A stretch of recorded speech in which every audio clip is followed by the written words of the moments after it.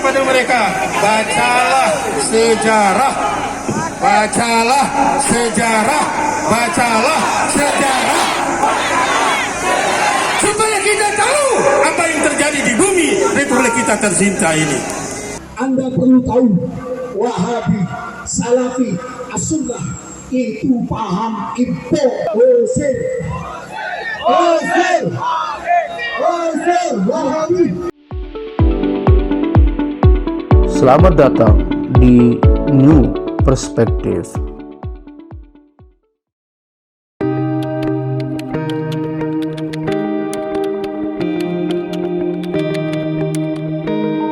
Kembali lagi di New Perspective.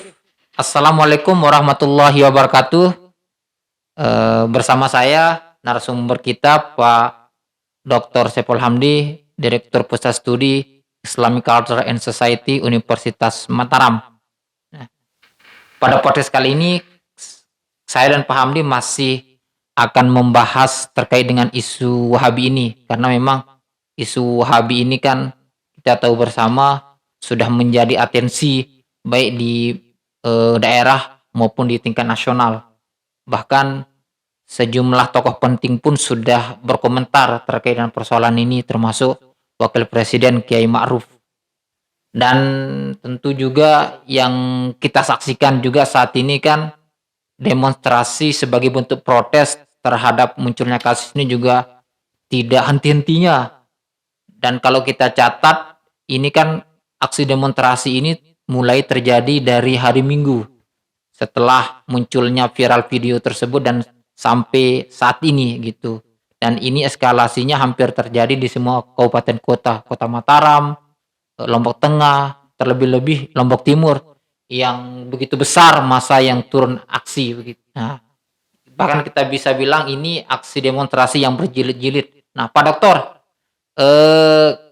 kalau dari Pak Dokter sendiri seperti apa melihat respon masyarakat kita begitu terkait dengan munculnya kasus yang dilakukan oleh Ustadz Mizan ini dengan aksi demonstrasi yang bisa kita bilang berjilid-jilid, tidak henti-hentinya, terus bergulir hampir tiap hari begitu, mulai diawali dari masyarakat di Sekar Belo, Kota Mataram, terus masyarakat adat, terus di Lombok Timur dari jamaah dan keturunan Tuan Guru Ali Batu dan Ormas NW, NWDI, NU dan lainnya begitu Pak Dokter.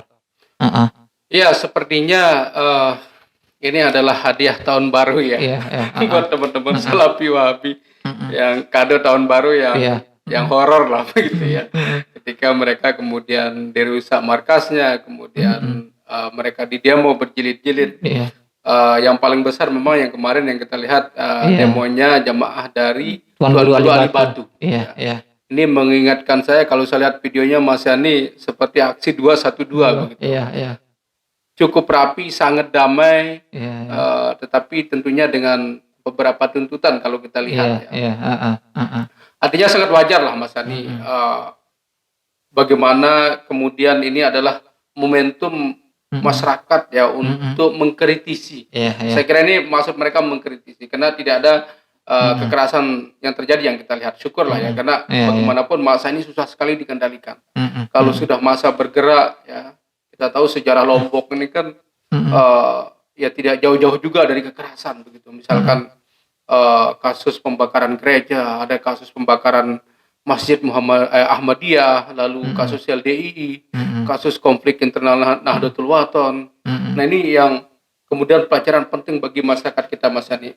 Tapi melalui ini saya lihat bahwa ada semacam kesadaran lah. Masyarakat kita tidak kemudian melakukan aksi kekerasan seperti peristiwa-peristiwa sebelumnya. Nah, apa yang menjadi pesan kalau saya lihat Mas Yani ya, yang mereka demo ini kan arogansi. Arogansi dari pendekatan dakwah yang dilakukan atau yang dipraktikkan oleh teman-teman Salafi Wahabi ini, ketika mereka dengan liar menghantam praktik-praktik lokal ini. Sebenarnya kalau kita jujur ya, mungkin masyarakat kita nggak ada yang peduli. Anda mau haramkan ziarah makam, mau haramkan itu, mau haramkan ini. No, they don't care. Ya. Nggak ada orang peduli. Tetapi ketika kemudian itu terus dikampanyekan, kemudian diumbar di ruang publik, diumbar di ruang-ruang sosial, di ruang publik, ini yang saya kira kemudian memancing. Dan momentum ini menarik Mas Andi, bahwa hampir seluruh masyarakat Sasak di luar Salafi, kalau saya lihat hampir semua ormas berkumpul begitu, mulai dari Majelis Adat Sasak, kemudian Pemuda Skarbela, ya, Laskar Sasak, ada kemarin jamaahnya Tuan Guru Ali Batu. Hari ini kita diperlihatkan demonstrasi dari ormas terbesar di Lombok, yaitu Nahdlatul Wathon bergabung dengan NWDI. Di hari yang sama mereka berdemo. Berdemo pada hari yang sama. Memang NW butuh common enemy lah begitu. Musuh bersama begitu. Karena saya lihat ini menarik Mas. Kenapa kemudian Salafi Wahabi ini tidak mencontoh pendekatan dakwah yang dilakukan oleh ormas-ormas lain, termasuk NU, termasuk NW, dan mereka sangat sukses di Lombok begitu. Belum lagi kita bicara ketokohan Tuan Guru Mutawalli misalkan, ya, yang Tuan Guru Sibawaih yang banyak mengislamkan teman-teman kita yang di Lombok Utara. Nah, artinya di sini bahwa ada kesalahan pendekatan di dalam dakwah Islam itu sendiri, sehingga terkesan bahwa Islam itu keras, Islam itu tidak toleran. Padahal orangnya yang tidak toleran ini, bukan Islamnya. Atau dia mempresentasikan Islam yang image-nya buruk begitu kan. Ketika misalkan harus berdakwah menyikut yang lain, menyinggung yang lain. Saya kira ya inilah yang mungkin sepertinya perlu ada perubahan besar, narasi, konten-konten dakwah yang dibangun oleh Wahabi ini. Bang, kalau kita lihat dari orasi-orasi yang disampaikan kan, meski memang yang menjadi tuntutan adalah memproses hukum Ustadz Mizan, dan sekarang kalau kita lihat kan Ustadz Mizan sudah ditahan oleh pihak Polda dan sedang menjalani proses pemeriksaan. Cuma kalau kita lihat kan eskalasinya ini terus berkembang kasus ini. Dan kalau kita cermati juga dalam orasi-orasi yang disampaikan oleh para pendemo ini kan sudah misalnya kayak tuntutan mengusir Ahmadiyah dari Lombok karena dianggap paham dari luar dan tidak sesuai dengan kultur kita di NTB. Nah, seperti apa Abang melihatnya begitu? Iya, kalau bisa perhatikan ya tuntutan dari teman-teman demonstrasi ini. Kalau kemarin waktu demonya jamaah Tuan Guru Ali Batu ya, jadi mereka sangat menyayangkan kenapa kemudian nama makam mereka muncul di analisa dakwah, ya, di analisa teks dakwah dari Ustadz Mizan. Ya Mas Yani, ini apa ya, ziarah makam ini kan kalau bahasa orang kan sama dengan haji sebenarnya. Jadi haji itu kita keliling, ya, kita selalu mengunjungi, ya, punya rutinitas begitu. Nah, dan ini sudah menjadi tradisi yang umum di masyarakat Sasak. Teman-teman ini, kenapa kemudian mereka sangat kecewa? Kenapa kemudian nama kuburan mereka kok tiba-tiba muncul begitu sebagai salah satu alat analisa beliau, yang katakanlah beliau tidak setuju dengan ziarah makam ini. Dan tuntutan mereka Mas Adi kan udah kemana-mana misalkan menutup pendidikan Wahabi. Saya kira ini tidak fair juga ya kalau misalkan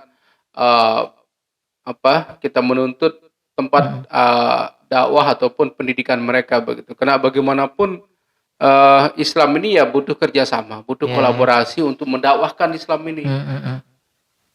Yang jelas tentu akan muncul perbedaan-perbedaan yang dalam mendekati teks ya. Termasuk bagaimana kemudian itu diimplementasikan dalam suatu daerah yang punya tradisi baru. Ya sama sebenarnya kayak kasus di Bali ya. Ini kan banyak juga aliran-aliran dari India yang sangat Puritan ya, yang sangat reformis, tidak mau melihat praktek-praktek lokal yang baru begitu. Ini fenomena agama lah. Nah, bagaimana kita membaca gerakan Wahabi ini? Ini sebenarnya fenomena umum. Munculnya akan selalu muncul kritik-kritik terhadap tradisi lama, Mas Yani. Jadi sebenarnya kita sebagai orang Sasak juga harus memahami itu. Jangan kemudian ada sesuatu yang baru lalu kita juga alergi dengan kritik itu. Begitu. Jadi akan selalu muncul ideologi baru. Pancasila saja yang kita sudah sepakati bersama selalu akan dihantam oleh ideologi-ideologi luar. Ada khilafah lah, ada ISIS lah, ada Al-Qaeda, kemudian ada ideologi-ideologi lain. Dan ini sesuatu yang wajar menurut saya. Ketika ideologi ini butuh ujian juga. Nah, misalkan ketika Wahabi ini datang menawarkan sesuatu yang baru, yang berbeda, terlepas dari mereka fokus pada hal-hal kesyirikan, kemudian bid'ah, tetapi kan banyak juga hal-hal baru yang ditawarkan. Dan ini yang saya lihat kenapa kemudian masyarakat juga banyak yang tertarik ke sana, yang bergabung ke dalam jamaah Wahabi ini. Artinya bahwa tentu dengan tuntutan yang berlebihan, saya kira mungkin perlu kita pikirkan ulang lah, Mas Yani. Bagaimanapun kan teman-teman Salafi Wahabi ini adalah saudara kita, saudara sesama Muslim. Ya, belum ada yang saya lihat praktek-praktek yang kita anggap sebuah kesesatan begitu. Apa yang sesat? Ya, kan Islam kita ini kan sumbernya Timur Tengah, Mas Yani.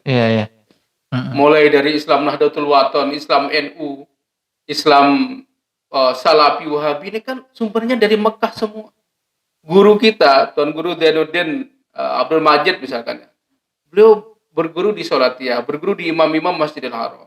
Sebelum itu kan ada Tuan Guru Umar Kelayu, sebelum itu kemudian ada juga Tuan Guru Ali Batu. Ya. Ini kan semua berguru ke sana. Di NU, Kiai Hasyim Asy'ari juga berguru di sana. Kiai Ahmad Dahlan. Jadi semua berguru, menimba ilmu di sana. Ya tentu guru-guru ini juga sangat beragam perspektifnya. Nah, ketika mereka pulang, ini kan pasti ada pilihan-pilihan yang saya lihat. Nah, yang menarik, kenapa saya katakan, kenapa teman-teman Wahabi ini tidak mencontoh NW. Jadi Tuan Guru Zainuddin ini menarik, Mas Yani. Bagaimana kemudian beliau sangat maju dakwahnya, madrasahnya sangat besar dan populer di mana-mana, ya kan, hampir di seluruh penjuru desa di Lombok ini selalu ada madrasah Nahdlatul Wathon.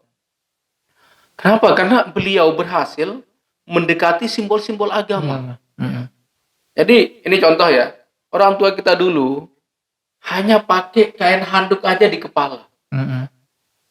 Tidak pernah Maulana itu kemudian keras, ya, menyatakan, kamu yang jilbab misalkan, bebek jilbab. Orang tua kita dulu nggak ada yang pakai jilbab, Mas. Tapi kalau sholat, subhanallah, mereka tidak pernah ketinggalan 5 waktu. Nah, ini yang saya lihat bahwa pendekatan budaya ini luar biasa, Maulana. Belum lagi kalau kita lihat wasiat-wasiat beliau, ada simbol-simbol yang justru digunakan untuk menarik masyarakat. Ada Gunung Rinjani, ada Dewi Anjani, ya, ada Gaus Abdul Razak, supaya masyarakat Sasak ini tertarik begitu untuk belajar agama. Nah, kalau misalkan teman-teman Salafi Wahabi ini sangat frontal menentang simbol-simbol itu, bukannya dakwahnya diterima, ya pasti akan muncul resistensi, akan muncul konflik. Nah, ini kita harapkan dengan adanya demo yang besar ini bisa menjadi pelajaran penting buat teman-teman kita di Salafi sendiri. Ya, ini menarik, Bang. Ini dari kasus ini begitu kan, apa yang bisa diambil begitu hikmahnya dengan adanya kasus ini begitu, Bang. Terutama mungkin bagi teman-teman Salafi Wahabi begitu, Bang. Ya mungkin sebuah keharusan ya. Mereka harus mengubah pendekatan dakwahnya, Mas. Jadi ini sebuah hikmah yang bisa kita ambil bahwa kita sebenarnya di Lombok ini pingin aman, pingin damai. Ya. Tidak ada orang mau ribut, tetapi masyarakat kita punya karakter. Kalau sudah terpancing sekali, kekerasan akan terus terjadi. Dan ini sejarah membuktikan, Mas. Ini sulit sekali kita mengontrol masyarakat kita, emosi massa ya di mana-mana lah ya, sulit mengontrol emosi massa. Jadi kita harapkan bahwa dengan kasus ini kita ambil hikmahnya, bahwa stop, harus menghentikan bahasa-bahasa yang arogan, bahasa-bahasa yang tidak toleran lah, mengedepankan supremasi penafsiran ya dari beliau, misalkan bahwa saya lebih banyak hafal hadis, saya lebih banyak hafal teks. Ya oke lah, Anda hafal, siapa yang peduli? Itu kan pekerjaan Anda kan jadi ustadz. Ya. Kalau Anda tidak hafal, jangan jadi ustadz, kan begitu. Jadi orang kan selalu, sekarang ini Mas Yani, persoalan kita, persoalan besar kita. Orang semua bisa hafal ayat. Anak-anak kecil sekarang bisa hafal Al-Quran, bisa hafal hadis. Ustadz-ustadz ketika memamerkan, mengutip ayat, ya, selalu indah, ya memang oke lah. Tetapi PR besar kita adalah bagaimana kemudian menaruh ayat ini dalam konteks sosial sekarang. Jadi bagaimana ayat ini bisa diimplementasikan, bisa match dengan masyarakat, ya, bisa memberikan pencerahan kepada masyarakat. Bukan kemudian justru sebaliknya. Nah ini yang saya kira PR besar kita lah Mas Yani. Teman-teman yang biasa dakwah. Nah kembali kepada demo tadi Mas Yani. Ini kan banyak juga suara-suara yang menginginkan Wahabi diusir, Wahabi di ini. Saya kira ya perlu kita arif lah ya bahwa mereka juga memperjuangkan Islam. Mereka mendakwahkan Islam. Tidak boleh kemudian kita, apalagi kita berbicara demokrasi Mas Yani. Jadi di Amerika itu, ini pengalaman saya Mas Yani ya. Jadi Amerika kan negara demokrasi. Semua orang boleh berpendapat. Sebenarnya Ustadz Mitar kalau dia ngomong gini di Amerika, nobody care. No one care. Kalau mau ngomong itu, mau ngomong ini, who care? Ini kita bicara demokrasi ya. Karena kita ini kan Indonesia ini kita bilang demokrasi, ya demokrasi yang administratif lah kalau bahasanya TGB. Demokrasi yang ya prosedural, tetapi substansinya nggak ada. Kenapa kita nggak boleh berbicara secara luas misalkan ya, tentang sesuatu? Tentunya dengan hadirnya undang-undang ITE ini memang saya lihat sangat berpotensi ya untuk disalahgunakan oleh sekelompok orang. Misalkan si A berkomentar tentang organisasi ini, kalau ini mayoritas dan nggak suka ya bisa didemo gitu. Nah, artinya bahwa kalau kita lihat di Amerika, Anda mau ngomong apapun boleh, ini bicara demokrasi, kebebasan. Aliran-aliran sesat yang dianggap sesat di Timur Tengah, yang diusir di Turki, termasuk juga agama Bahai yang diusir di Iran. Ya di sana berkembang luas. Selama Anda tidak mengganggu orang lain, gitu. Boleh Anda berceramah, boleh Anda mengkritisi, selama Anda tidak mengganggu secara fisik ya. Misalkan melakukan kekerasan, membakar, itu jelas tidak boleh. Nah, artinya bahwa kalau kita bicara demokrasi, ya semua kita boleh hidup di sini. Entah paham Anda apapun begitu, entah Anda paham Salafi, Namatang, Sembahyang, ini kan banyak juga aliran-aliran yang ada di Lombok ini kan. Artinya silahkan kita hidup, tetapi tolong dong hormati orang lain. Ini saya kira pelajaran penting sekali buat teman-teman Salafi Wahabi ketika mereka berdakwah. Apa manfaatnya kalau dakwah Anda hanya meresahkan begitu, meresahkan orang lain? Ya enggak? Tujuan Anda bagus supaya dia mendapat pencerahan, tetapi kan belum berdakwah aja sudah ada resistensi. Ya mungkin ada bahasa-bahasa lain lah Mas. Masyarakat kita juga kan anak muda sekarang juga jarang ke makam. Kan ini kan anggaplah orang-orang yang tua kan. Artinya modernisasi, ya, munculnya media, teknologi, orang juga udah mulai meninggalkan tradisi kan. Ya enggak? Banyak orang nggak mau kerja. Sudah saya tanya, berapa kali ziarah makam sebulan? Paling hari raya Idul Fitri aja. Nah itu kan. Karena artinya bahwa tidak semua, emang ini menarik juga kalau kita analisa budaya. Jadi budaya ini akan selalu berubah dan akan selalu terancam Mas Ani. Terutama dengan lahirnya modernisasi, sekularisasi, teknologi. Ini kan membuat tradisi kita berbeda begitu. Jarang sekali kita temukan orang kayak dulu masa kecil saya main bildok misalkan ya main celodor, udah nggak ada sekarang. Orang main game, main ini begitu. Nah, teman-teman Salafi Wahabi ketika masih mengurus isu bid'ah, isu syirik, yang hal-hal yang furu'iyah yang masih dalam perdebatan, apakah Al-Fatihah itu doa atau tidak. Ini kan apa ya? Saya melihat ya mohon maaf bukan apa-apa tetapi sangat tidak substantif begitu. Untuk persoalan sekarang. Masyarakat kita butuh sentuhan ekonomi. Ya, itu yang paling butuh penting. Penyadaran.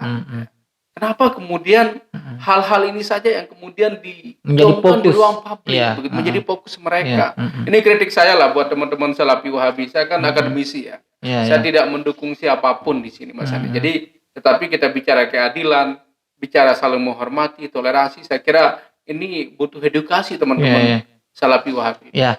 Mungkin terakhir Bang, sebagai seorang akademisi, apa harapan Abang terhadap pihak kepolisian dalam menuntaskan kasus ini begitu?